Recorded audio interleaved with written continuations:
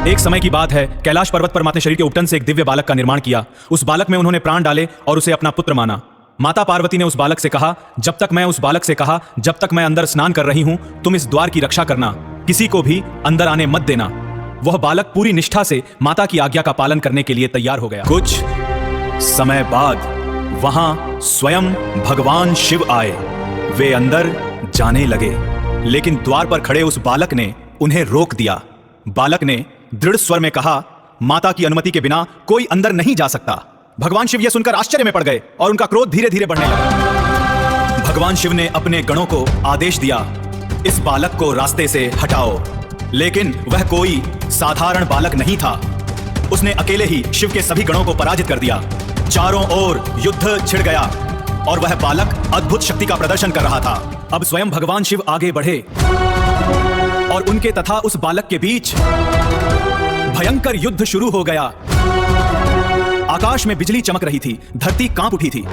यह युद्ध इतना प्रचंड था कि देवता भी इसे देखकर आश्चर्य में पड़ गए। अंततः क्रोध में आकर भगवान शिव ने अपने त्रिशूल उठाया और एक ही वार में उस बालक का सिर अलग कर दिया। चारों ओर सन्नाटा छा गया और वातावरण दुख से भर गया। जब माता पार्वती बाहर आईं और अपने पुत्र को इस अवस्था में देखा, तो उनका क्रोध भयंकर रूप में प्रकट हो गया। उन्होंने पूरी सृष्टि को नष्ट करने की चेतावनी दे दी और उनका तेज सब कुछ जलाने लगा।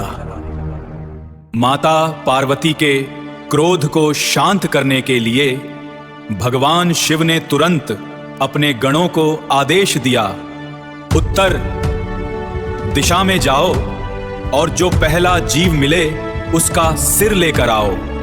गण तुरंत निकल पड़े और उन्हें एक हाथी मिला। हाथी का सिर लाकर उस बालक के शरीर से जोड़ा गया।